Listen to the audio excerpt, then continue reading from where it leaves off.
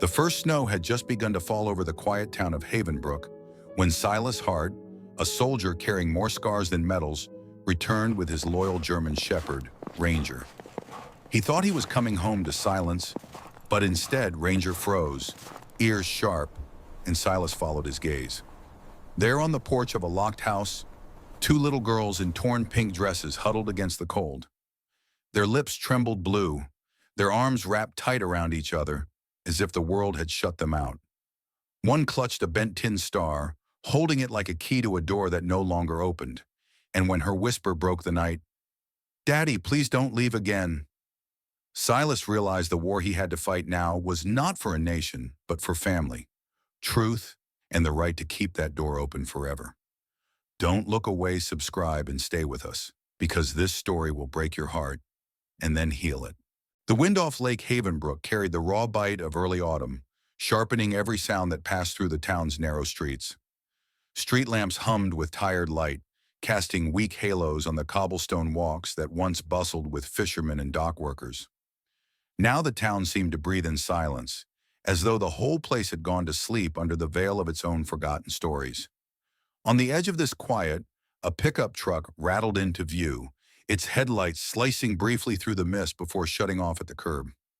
Silas Hart stepped down from the driver's side, the crunch of gravel beneath his boots sounding louder than it should have in the stillness. His frame bore the wear of years spent in deserts and cities half a world away, shoulders broad but weighted with memory. At 38, his dark hair was threaded with silver near the temples, his jaw sharp but tired, his eyes the steel blue of a man who had seen too much. He was a soldier no longer bound by orders, but he carried himself as if war still clung to him. The army had taught him discipline, resilience, and silence, but the cost had been his marriage, his ease with people, and sometimes even his faith in the idea of home. Beside him padded Ranger, a German shepherd of 6 years, his coat the familiar tan and black saddle that marked his breed, his gait steady and alert. Ranger had once been a military working dog, trained to detect danger where men failed to look. The bond between man and dog was forged under fire, their trust sharpened by the hours of waiting in hostile streets, by the narrow escapes in night patrols where the dog's low growl was the only warning of a hidden threat. Now, in the sleepy town of Havenbrook, Ranger still walked slightly ahead, ears flicking at every sound, nose twitching at the unfamiliar sense of fallen leaves, chimney smoke, and lake water. He was no longer a soldier's weapon, he was a soldier's shadow. Silas had not come to Havenbrook for fanfare. He came for quiet. He had rented a cabin on the edge of the woods, thinking he might finally learn what life without orders sounded like. Yet as he paused at the corner of Maple Lane, he saw that quiet was a lie. Ranger stopped, muscles taut, ears pricked forward toward the red-roofed house that stood like an island of light against the night. The porch lamp was on, and in its glow Silas saw movement, small, frail, shivering. He stepped closer, heart tightening as if instinct already knew the truth. On the porch, two little girls sat pressed together for warmth, their knees drawn up, their dresses soaked through with rain. The fabric was once pink but now clung like faded petals, edges torn. They could not have been more than 7, their faces mirrors of each other, though one's eyes were a darker shade of hazel while the others leaned closer to amber. Their hair, golden brown and tangled by wind, stuck to their pale cheeks. One clutched a small object in her fist, pressing it against her chest as though it were a shield against the night. Silas crouched, Ranger's body lowering beside him in silent guard. The girls startled at first, shrinking back, but the sight of Ranger made them pause. His tail gave one slow sweep across the porch floorboards, a gesture of patience rather than threat. "Easy," Silas murmured, his voice low but steady, the same tone he had once used to calm frightened villagers on the other side of the world. "What are you doing out here, kids?" The girl with the darker eyes held out her fist and slowly opened it. There lay a small star cut crudely from tin, its edges dulled with age but still faintly glinting in the porch light. "It's the key," she whispered, "but it doesn't open anything." Her voice cracked as though she had repeated those words many times before, maybe to herself, maybe to her sister. Silas took in the locked door behind them, the neat flower pot still damp from a watering can, the windows glowing with light but offering no welcome. He felt a familiar anger stir, the same anger that rose whenever he saw civilians abandoned in the field, people left to fend for themselves while others closed their doors. "What are your names?" Silas asked gently. The second girl, clutching her sister's arm, spoke barely above a whisper. "I'm Rosie. She's Lila." Lila looked up at him, eyes too old for her age. "Mom said she'd be back after dinner. She said we're big girls now. We can wait." Silas's jaw tightened. He had known many excuses in his life, but none made sense of two children left in the cold. He scanned the street empty, hushed, and then he noticed a curtain twitch from the house across the road. There, behind a lace window, a figure lingered. He caught a glimpse of white hair, a sharp gaze, before the curtain fell back into place. Someone was watching. Someone had seen. "All right," Silas said, forcing calm into his voice. "Let's get you warm." Ranger will help the German shepherd move forward, nosing gently against Rosie's shoulder, then Lila's hand. The girl startled again, but then Rosie reached out, fingers trembling, and buried them in the thick fur at his neck.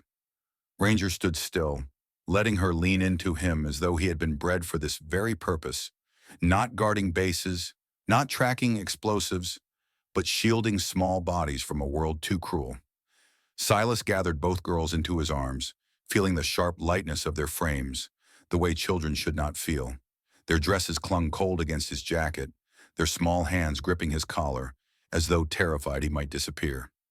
Ranger trotted close, a living wall against the wind.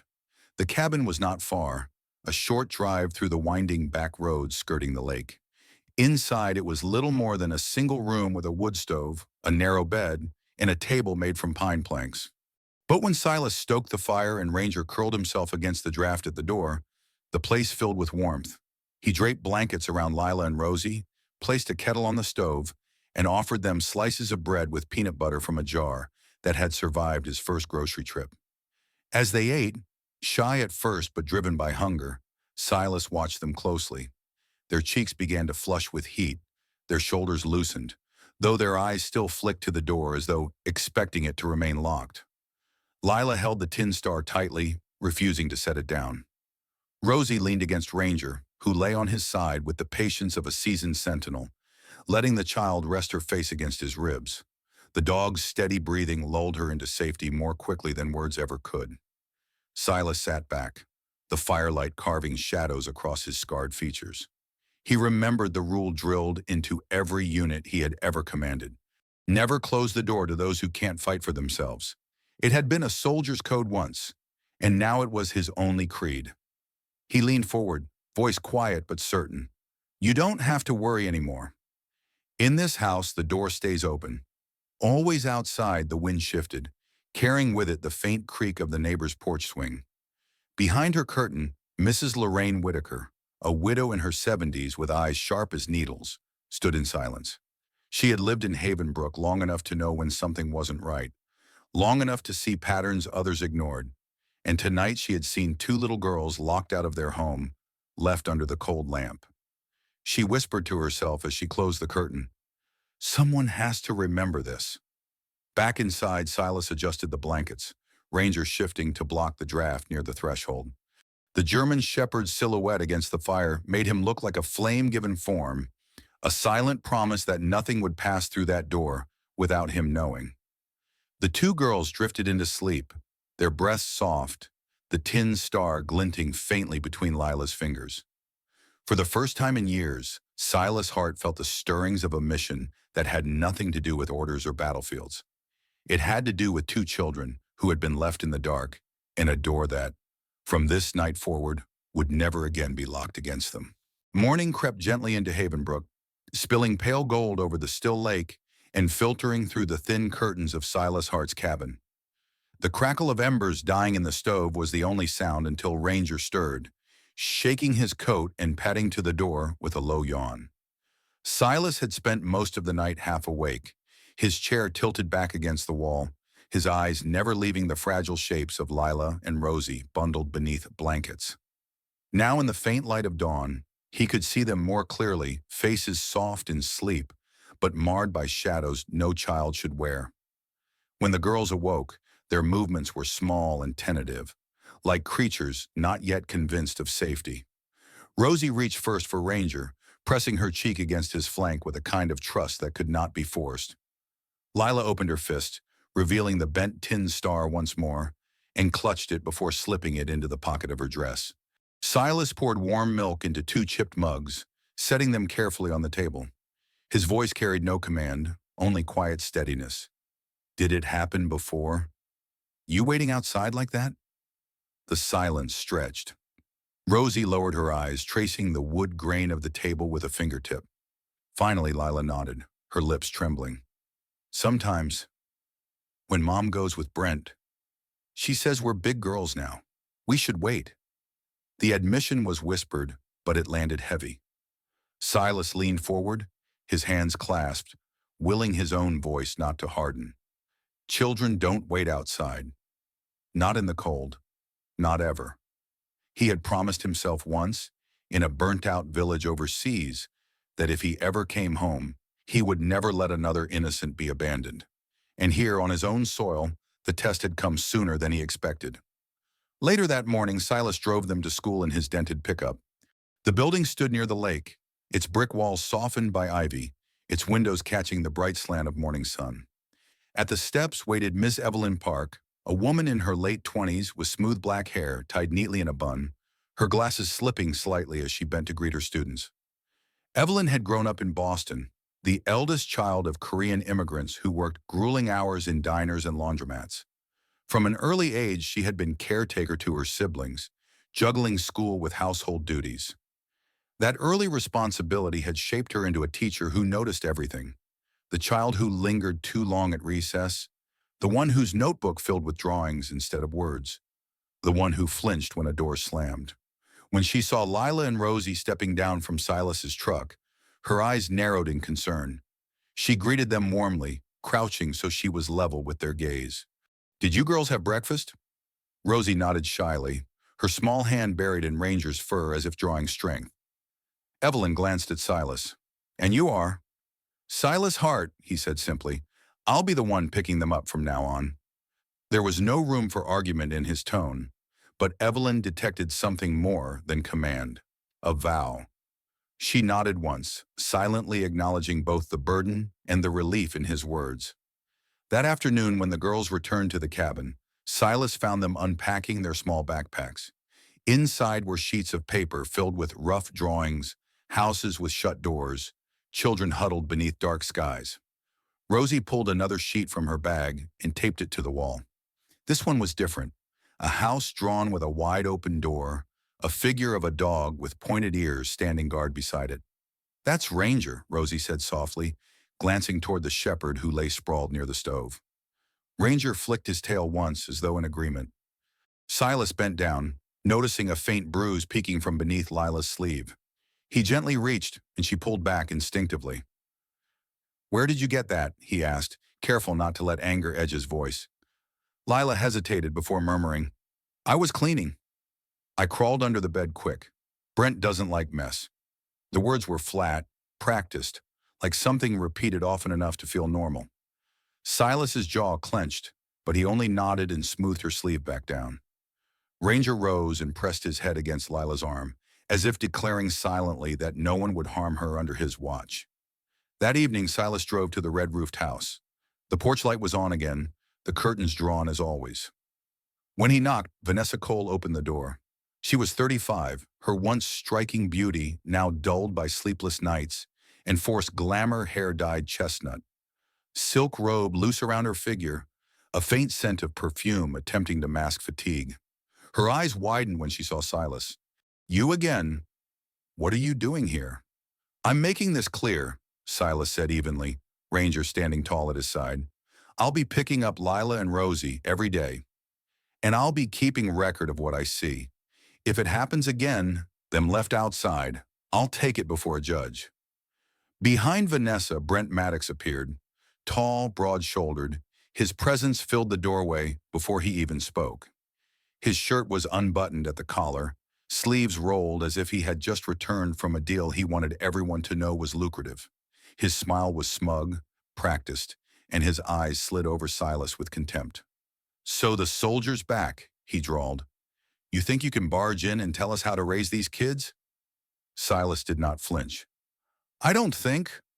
I know they're not bargaining chips, not burdens. They're children, and they won't sleep on porches again." The silence that followed carried weight sharper than shouting. Brent's lips curled, but before he could reply, Ranger stepped forward, his growl low, chest vibrating with restrained force. Brent's bravado faltered, just slightly before he scoffed and retreated a step. Vanessa folded her arms, her face pale. "You're making trouble where there doesn't need to be any." "There already is trouble," Silas said. "I'm just not the one causing it." He turned, guiding Ranger back to the truck. Behind him, the door closed harder than necessary, but not before he caught Brent's muttered curse. Back at the cabin, Lila and Rosie had taped up more drawings. One showed a soldier standing beside a dog, both drawn larger than the house behind them. Silas stood in silence, staring at the crude crayon lines that seemed to carry more truth than any courtroom testimony could. Later that night, when the girls had fallen asleep and Ranger lay at his post near the door, there was another knock. Silas opened it to find Lorraine Whitaker again, bundled in her wool coat, her cane tapping against the step. She extended a small object in her hand, a black USB drive. "Found it near their mailbox," she said quietly. "Someone dropped it last night. Maybe nothing, but I've lived long enough to know when things fall out of pockets they weren't meant to." Silas took it, his mind already piecing together what it might mean. "Thank you." Lorraine's sharp eyes softened as they flicked to the drawings on the wall. "Children see the truth before anyone else does," she murmured.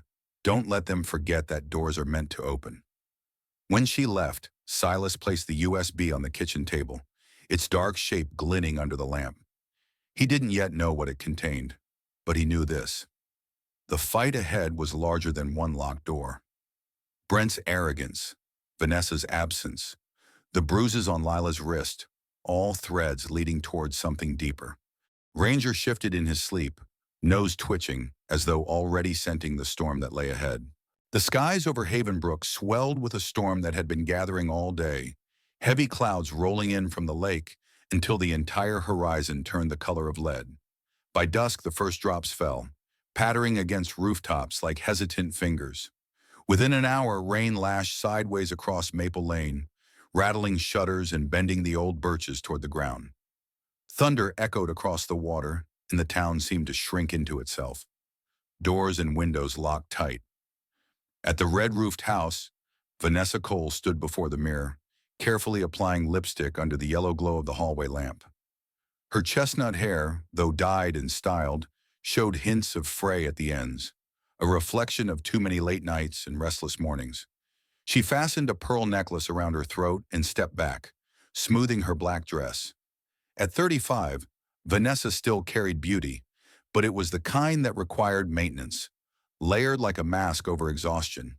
Brent Maddox leaned against the doorframe, already dressed in a pressed gray suit, cufflinks catching the light. He was 40, built broad, his presence filling space whether invited or not. His dark hair was swept back with precision, but his eyes betrayed something harder, restless calculation. Brent thrived on appearances. The suit, the smirk, the firm handshake that promised prosperity even when his deals cut corners. Tonight was meant to crown another victory. "Blue Heron's expecting us," Brent said, checking his silver watch. "Time we show them who's running this town." Vanessa glanced toward the staircase. "The girls are upstairs." "They'll be fine. Just lock the door." Brent gave a careless shrug, twisting the key until the lock clicked. Neither of them checked the bedrooms, certain the twins were tucked away. In truth, Lila and Rosie had already crept downstairs, clutching their small dinosaur backpack, hoping to wait on the porch until their mother returned. The door shut, the car pulled away, and the house was left humming with the faint buzz of its porch light.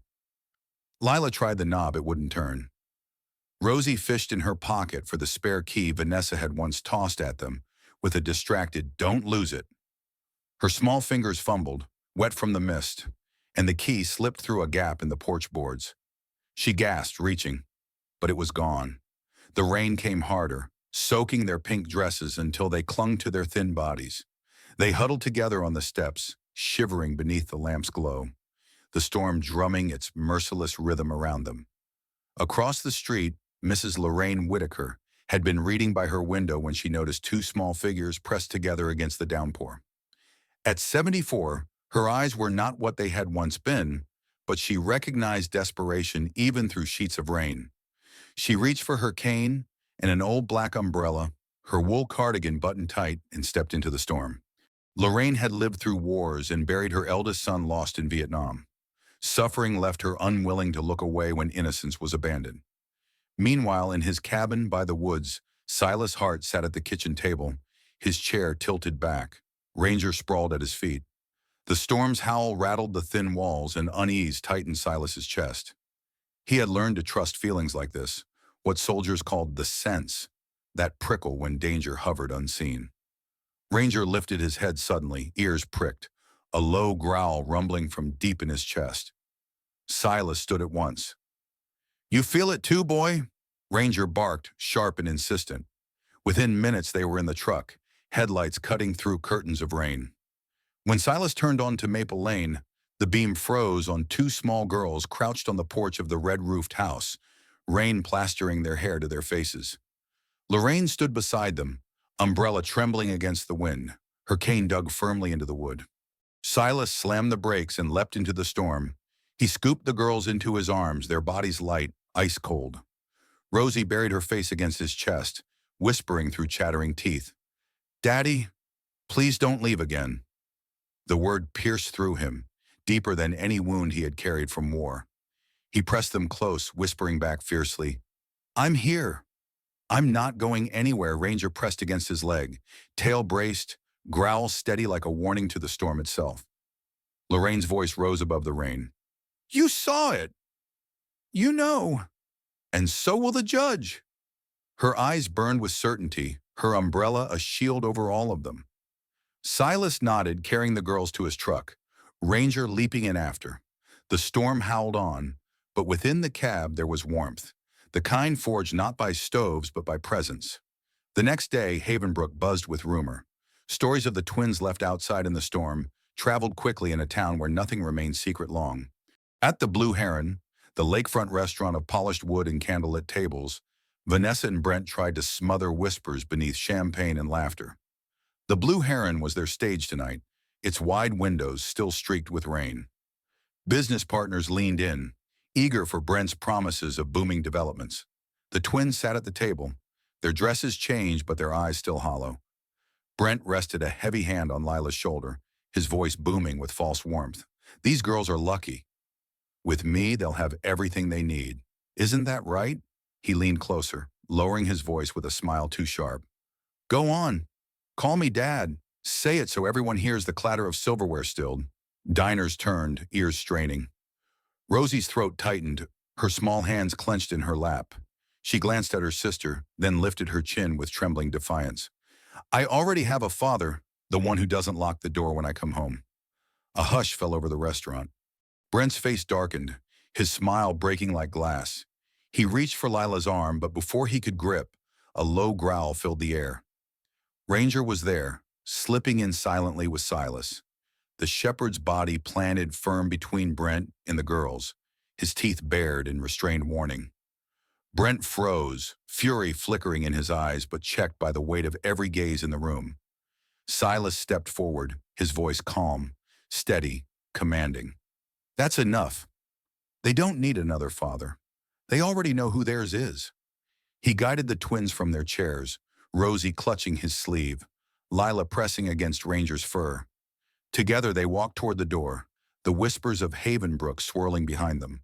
Vanessa's face flushed crimson, her glass trembling. Brent sat rigid, his control cracked under the public eye. Outside, the cold air struck fresh. Rosie clung to Silas, whispering again, "You came." He looked down, his jaw softening. "I'll always come." Ranger walked beside them, tail low but steady, a sentinel in fur. That night, under the warm glow of the cabin's lamp, Miss Evelyn Park visited. She reviewed the girls' drawings, the open doors, the soldier, the shepherd. Her voice was gentle but firm. "They need more than safety, Silas. They need healing. I want to introduce them to a colleague of mine, Dr. Mara Ellison. She specializes in child trauma. If anyone can help them rebuild, it's her. Dr. Mara Ellison was in her mid-40s, auburn hair tied back, gray eyes thoughtful. She had grown up in Ohio, the daughter of a steelworker and a nurse, and had lost her younger brother to illness when she was a child. That loss had shaped her empathy, teaching her to listen to silences as much as words. Now she worked in Maine, guiding children through the wounds adults could not see. Silas agreed. He knew the battle was larger than locked doors and public confrontations. It was about rebuilding two fragile hearts. Ranger lay at the threshold, his ears twitching, as though reminding them all that some doors, once opened, must never close again. The first Monday after the storm dawned with a brittle clarity, the kind that came only after rain had swept every leaf and shingle clean. Havenbrook's streets glistened under pale autumn sunlight, but beneath the shine lay currents of unease. Whispers of twins locked out in a storm, and a soldier stepping in to carry them spread through the town like frost along a windowpane. Silas Hart, however, had no time for gossip. He had decisions to make. That morning he sat across from a woman whose office smelled faintly of pine cleaner and old books. Attorney Ava Delgado, 42, leaned back in a leather chair, tapping the edge of her notepad. Her jet black hair was cropped close, revealing silver streaks at the temples that lent her an air of dignity rather than age. Her almond-shaped eyes, sharp behind frameless glasses, missed little. Born to Cuban immigrants in New Jersey, Ava had built her career defending workers' rights before shifting into family law. Her father had died in a construction accident when she was 12, a loss that steeled her against men who thought they could bend rules at the expense of families. She was known in Maine courts as relentless, precise, and incorruptible. Silas explained everything: the girls left out in the storm, Brent's demand at the Blue Heron, the drawings taped to his cabin wall that revealed wounds words could not yet carry.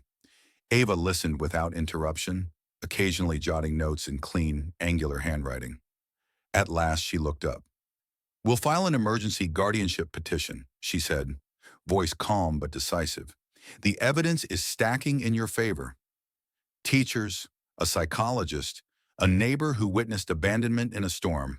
Courts respond to patterns, not excuses." She gestured toward the small silver USB Silas slid across her desk. "And you're certain this came from their mailbox?" Silas nodded. "Mrs. Whitaker found it, night of the storm. Said someone must have dropped it." Ava plugged the device into her laptop. Rows of spreadsheets lit up the screen, columns of dates, parcel numbers, dollar amounts so low they looked like typos. But they weren't mistakes. They were transfers, warehouses, slips along the Havenbrook Marina, storage units all sold and resold for fractions of value. At the bottom of each page, the signature block read Vanessa Cole. Ava narrowed her eyes. "And here," she pointed to initials scribbled electronically in margins, "BM. Brent Maddox Coordinating Transactions. These are classic laundering techniques. Flip properties through shell accounts at low valuations, then sell again inflated to clean the trail." She sat back, folding her arms. "We'll hand this to the Federal Bureau. Family court may waver on custody if it's just a domestic spat, but federal fraud? That tips the balance." Across town that same afternoon, Miss Evelyn Park sat at her classroom desk, reviewing the twins' journals. Crayon sketches spilled across the pages. Doors left open, Ranger drawn with exaggerated ears guarding them. Stick figures of a tall man with dark hair labeled simply Dad. When Evelyn lifted her eyes, Dr. Mara Ellison sat across from her, hands folded, listening to the faint hum of children at recess. Mara, mid-40s, wore earth-toned sweaters and kept her auburn hair in a neat braid. She radiated patience, the kind born of years working with children too fragile to speak their pain directly. Her notes were measured: generalized anxiety in both twins, sleep disturbances, hypervigilance when adult voices rose. Yet improvement was visible. Since staying with Silas, the nightmares lessened, their drawings turned brighter, their laughter returned in moments. "They're healing," Mara said softly. "Slowly, but visibly." "Removing them now would reopen the wound," Evelyn agreed. "Then our duty is to make sure the court hears their voices, even if the girls can't yet speak them." While reports compiled on paper, Ranger carried out his own investigation on instinct. That weekend, Silas walked him near the old Havenbrook Marina, a half-abandoned stretch of weathered docks where gulls perched on leaning poles. Ranger's nose pressed low, sniffing between warped planks and discarded crates. Suddenly he barked, paws scrabbling at a stack of plywood sheets pushed against a boathouse wall. Silas heaved them aside, revealing a sealed envelope wedged beneath. Inside lay copies of wire transfer receipts, stamped with bank insignias and coded numbers. Silas frowned. The amounts matched figures from the USB. He tucked them into his jacket, a tangible fragment tying whispers to reality. Later that evening, back at Harris Auto, grease streaked Silas's arms as he slid from under a lifted sedan. Bill Harris, 68, broad-shouldered and stooped from decades in overalls, clapped a rag against his palm. His hair was white, his laughter roughened by cigarettes, but his eyes still sparkled with a mechanic's precision. "You're steady," Bill said, handing him a thermos of coffee. "Never late, never half-hearted. You're good for the shop." Hart Silas nodded, wiping his hands. Bill had known him only a month, but already treated him with quiet respect. "If anyone asks," Bill continued, lowering his voice, "I'll put it in writing. Your schedule, your paychecks, you're earning honest wages. That counts in custody hearings more than a dozen speeches." He squinted at Silas, voice softening. "I know you've seen war, but this here raising girls, it's a longer campaign. I'm glad you've chosen to fight it." Silas felt a lump rise in his throat. He managed only, "Thanks, Bill." That night, under the lamp of his cabin, Silas laid out the receipts beside the USB printouts. The papers caught the yellow glow, details aligning too perfectly. Ranger settled by his chair, head on paws, eyes never leaving the door. The twins sat at the kitchen table, glue sticking fresh drawings to the wall. This time a house with smoke curling from its chimney, doors open wide, Ranger drawn larger than all of them. Rosie whispered as she pressed a star above the roof, "So we never lose the way back."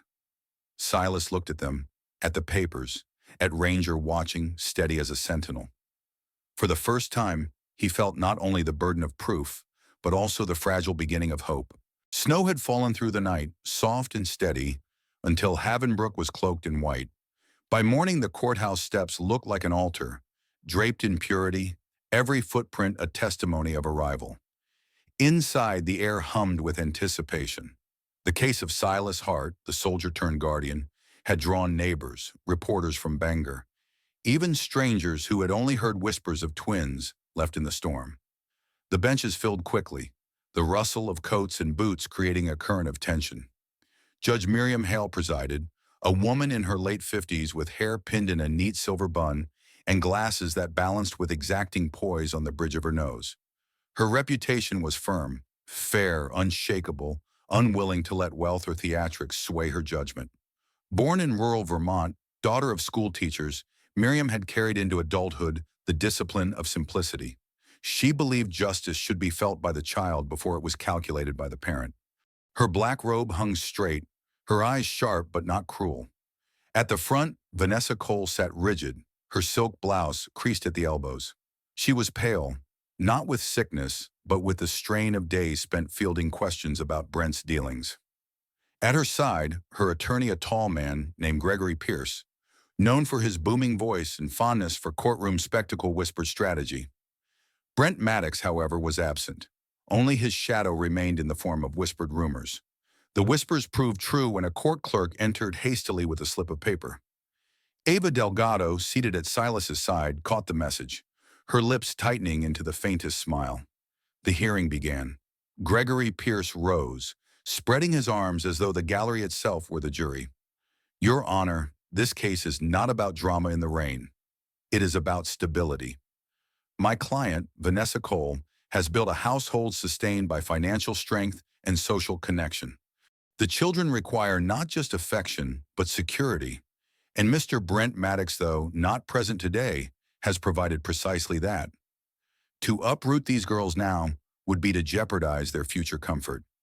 Vanessa lifted her chin, though her hands trembled on the table. Ava Delgado stood. Unlike Pierce, she did not flare her arms. She carried a single folder, walked 2 steps forward, and spoke with quiet clarity. Your Honor, children do not measure safety by dollars in a bank. They measure it by whether the door is open when they come home. She clicked the folder open, sliding documents onto the bench. We submit into evidence this USB drive, recovered near Ms. Cole's mailbox, containing records of property transfers linked to Brent Maddox. These are not investments. They are laundering operations warehouses, marina slips, all funneled through Ms. Cole's signature. Gasps rippled through the gallery. Ava pressed on. In addition, this envelope of bank receipts was recovered at the Havenbrook Marina by Mr. Hart, corroborated by his employer, Mr. Bill Harris, who will testify to Mr. Hart's stable income and regular employment. The receipts match the figures in the USB. Gregory Pierce sputtered. Objection! This is irrelevant to custody. Overruled, Judge Hale cut in crisply. Financial stability is relevant, but so is financial fraud. Next came testimony. Lorraine Whitaker, leaning heavily on her cane, took the stand. Her voice shook, not with uncertainty but with age. I watched them knock. I watched them cry. And I watched the soldier carry them from the rain. A mother does not leave her children in a storm. Her words struck with the weight of lived years, and many in the gallery dabbed at their eyes. Then Dr. Mara Ellison stepped forward, her notes held neatly in both hands. The twins exhibit symptoms of anxiety, hypervigilance, and attachment disruption. Yet in the custody of Mr. Hart, they display improvement, steady sleep, laughter, artistic expression. When asked to depict home, they draw open doors, a soldier, and a dog. The children have not spoken the word father toward Mr. Maddox. They reserve it solely for Mr. Hart. Her voice softened. They do not choose wealth. They choose safety, and they locate it in him. At that moment, a marshal entered the courtroom, handing a sealed file to Judge Hale. She read, adjusted her glasses, then lifted her gaze. It has just been confirmed. Brent Maddox was taken into custody this morning on charges of fraud, racketeering, and laundering. Assets co-signed under Miss Vanessa Cole are frozen pending investigation. Vanessa's face drained, her breath escaping in a shudder. Gregory Pierce collapsed into his chair. The room pulsed with murmurs until Judge Hale raised her gavel. Silence! Through it all, Ranger sat quietly on the floor beside Silas. His great body stretched between the two girls who leaned against him, as if he were both shield and hearth. He neither barked nor stirred, yet every person in that chamber understood his presence as clearly as testimony. He was loyalty made visible, a living oath. Judge Hale's voice filled the silence. This court finds that the best interests of Lila and Rosie Cole are met not in the house of financial illusion, but in the cabin where doors remain open. Legal guardianship and physical custody are hereby granted to Silas Hart. Ms. Cole will be permitted visitation only under supervised conditions until evidence of improvement in her parental conduct can be demonstrated. The gavel fell with finality. Snow swirled outside as though marking the decree. Silas bent his head toward the girls, whispering, "We're going home." They pressed into him, relief loosening into sobs. Weeks later, the red-roofed house by the lake stood transformed. Silas had painted the fence white, tying pink ribbons on each post in honor of the sisters. Windows glowed with warm lamplight, and smoke curled from the chimney. Lila and Rosie ran in the yard, Ranger bounding beside them, his paws kicking snow into bright arcs. At the porch, Silas hammered the last nail into a frame, then stepped back. Above the door hung two objects side by side, a tin star, dented but cherished, and Ranger's old military ID tag from his service days. The girls clapped, declaring them their two keys, one for memory, one for loyalty, both for home. That evening, the table was set with simple stew and bread. Snow tapped against the window, but inside the laughter of children filled the air. Silas looked around the room, his chest heavy with a new kind of peace. The war he had fought had not been in trenches or deserts. It had been for this, a house where no child was ever left outside and where the door remained forever open. And so, in the quiet snow of Havenbrook, Silas, Ranger, and the two little girls found what money could never buy: a home where the door would never be locked and love was measured not in wealth, but in presence. This story reminds us that family's not defined by who has the most, but by who stays when storms come. Have you ever known someone who became a true father or mother not by blood, but by choice and devotion? Share your thoughts in the comments. We would love to hear your stories. If this tale touched your heart, please like the video, follow for more stories of hope, and subscribe to the channel so you never miss the next chapter of love, loyalty, and second chances.